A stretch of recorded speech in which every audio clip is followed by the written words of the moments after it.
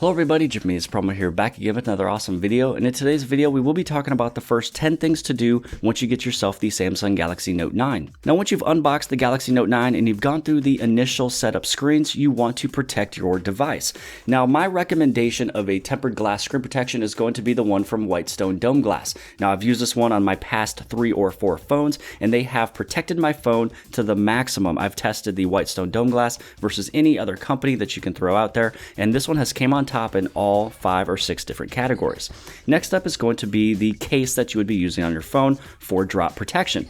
Now I'm a huge advocate of Tech 21. Again, these are just my recommendations. You don't have to go out there and get these, but for something that has worked for me for all these different years, I like Tech 21 as well as the Whitestone Dome Glass. Perfect combination. And for the Tech 21, there's multiple different colors and styles. So if the clear one is not really for you, or if the color of black is not for you, they have other colors and styles.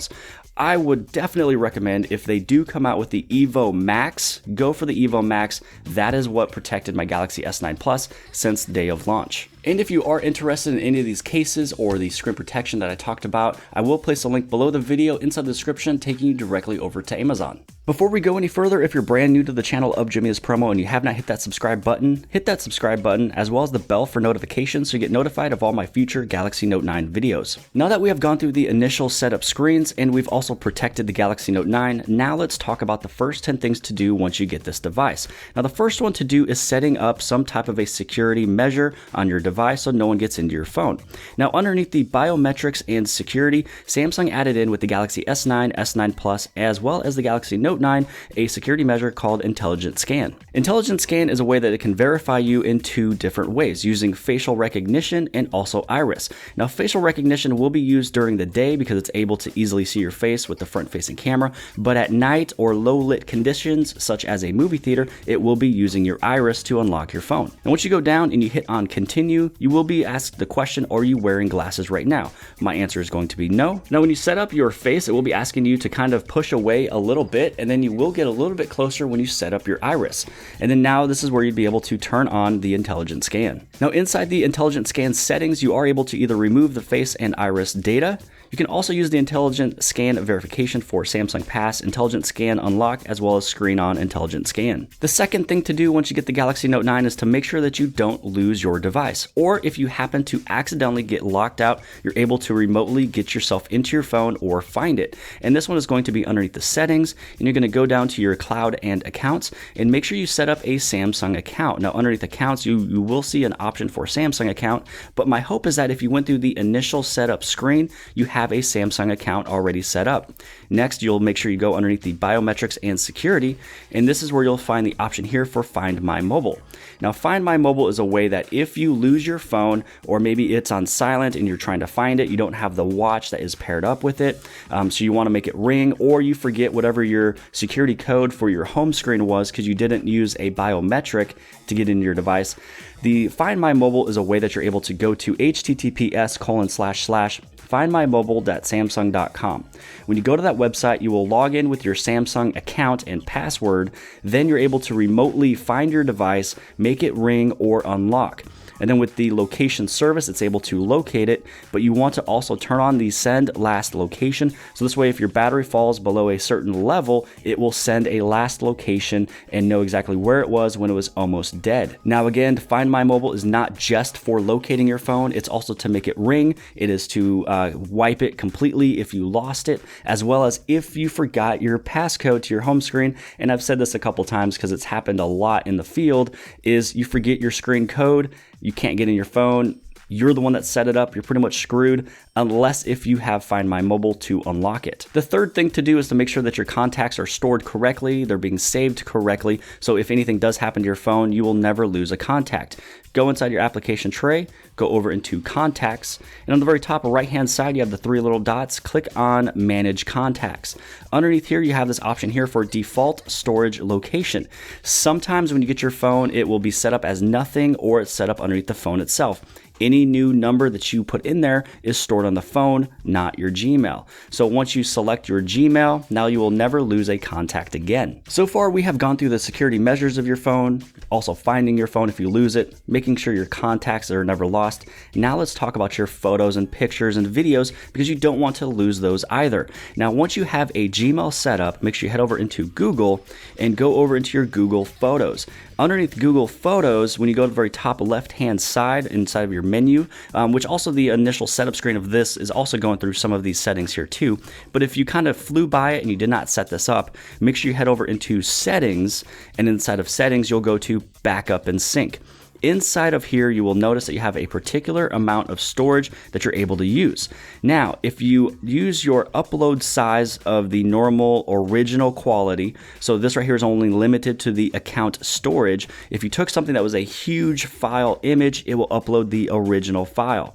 But I want everybody to go with this high quality. The reason why is because it's still a really good image. Most people use it for putting it on Twitter and Instagram and Facebook anyways. And also it's a free unlimited storage, so you don't have to buy more storage. Now, underneath the cellular data backup, you can use that for your photos. Now, if you have unlimited data, you might as well turn on the videos as well, just because these are bigger files. But for me, I actually have it to where photos is cellular and then videos will be underneath Wi-Fi. And then just as a reminder, when you look at something that's in this normal gallery that is saved on your phone, it is different than what is inside of your Google Photos. This is going to be all the photos that has been stored. This one is all done by cloud. The other image here, which is gallery, this is the one that's stored on your device. Now, the fifth thing to do to change when you get the Galaxy Note 9 is going inside your camera. Now, one of the selling features of the Galaxy Note 9 is the camera itself, so you want to make sure that you have a few things set up. Just put it underneath the normal rear back side of your camera and put it on auto. Now, inside of here, what you can do is you can make it to where it's a full screen or the half screen, pretty much however you want it to be set up. But you want to go underneath your settings, and then this is where you want to turn on that scene optimizer. Scene optimization is where if you're taking a picture, it'll automatically go into the mode of what you're taking a picture of. So if you're taking a picture of food, it goes inside of food mode automatically. If you want to take a picture of somebody, it'll go inside of portrait mode. If you take a picture of flowers, it goes to flower mode. I'm not going to go through everything, but you can see that there's a lot. Mountains, beaches, sunrises and sunsets, water slide, snow, and you also have backlit, text, birds. There's so many different things going on here. And pretty much what Samsung is doing is when you're inside of the auto mode, Samsung is pretty much going through the pro settings and making small tweaks and adjustments with all the different ISOs and everything else that it's doing and shutter speed to make that perfect picture for you. So make sure your scene optimization is turned on. Also, the next thing to do is go down where it's going to talk about flaw detection.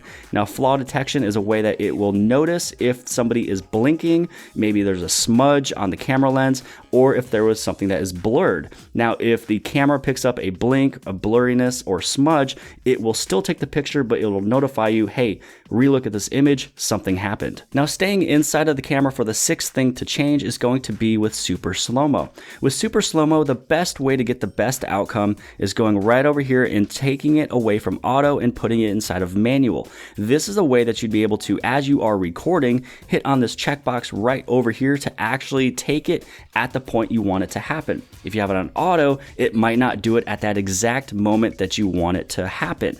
And also the great thing with this new super slow-mo on the Galaxy Note 9, it's a little bit better than what was on the S9 and S9 Plus, because they extended the amount of time that it is recording. So in this way, you're not really missing what was there from before. So instead of 0.2 seconds, now it's recording something that's at 0.4 seconds.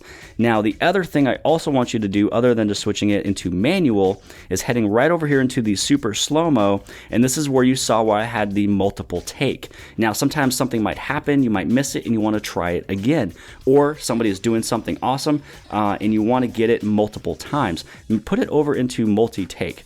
Even if you are only doing it as a single take, at least you have an opportunity of doing it at that moment in time, because once you hit on record, you cannot change this again. So again, put it as manual and multi-take. The seventh thing to change is going to be your quick settings on the very top. Now, quick settings is something that you access almost daily. On the very top over here, you're going to notice that some of these are in a different order. Also, you might see that yours is showing fewer items on the very top. On the very top over here with that little three little dots, if you go to the button grid, this is where you can change how much is actually shown. Some phones actually show a 3x3, which I don't see how that makes sense. If it's a quick settings, you would rather have more settings to access quicker. So you might as well go for the 5x3. So this way you're going to have more on this very first page. Now, if there's any of these that you do have to change, just go to the button order. It's actually fairly simple. If any of these is something that you do not use, so this sync should always be on, I can actually place it right over here. Now, if there's any of these that you do want to hide, you can put them on the very bottom. If there's any of these that you might use a lot, you can actually put it right over here. So it's really all up to you on what you are using and where you want these to be, which is again why you would like to set this up at the very beginning, because your settings might be set up differently than mine. Now, the next setting to change is going to be dealing with the sound. The Galaxy Note 9 does come with that Dolby Atmos stereo sound, which makes it 140% louder than the Galaxy Note 8. Now, inside of your quick settings, you will see one that is called Dolby Atmos. Now, if you do click on a word of any of these settings, it's a quick view, letting you go through it extremely quick.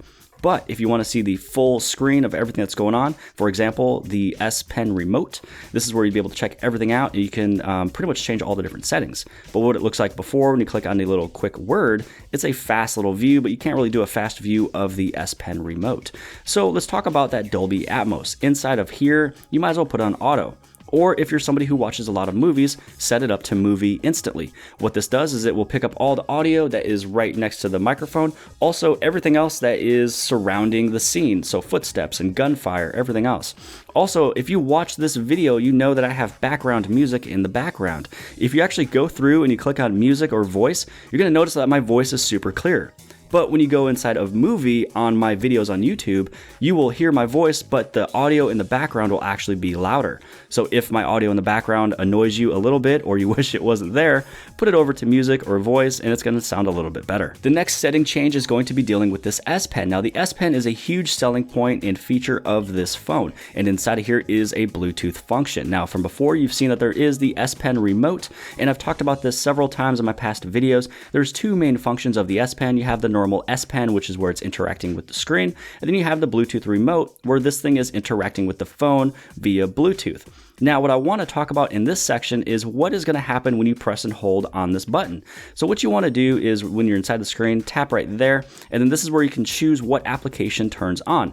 Now, for some people, they might keep it as the camera, which is what's set up initially, but if you maybe write a lot of notes, you can actually have the note pop up. If you play a lot of Fortnite, you can click this button, it'll open up Fortnite.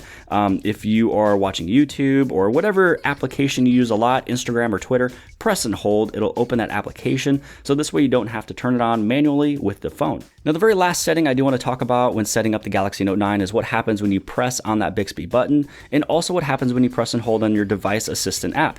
Now, usually down here, if you press and hold on home, it will pop up Google Now Assistant.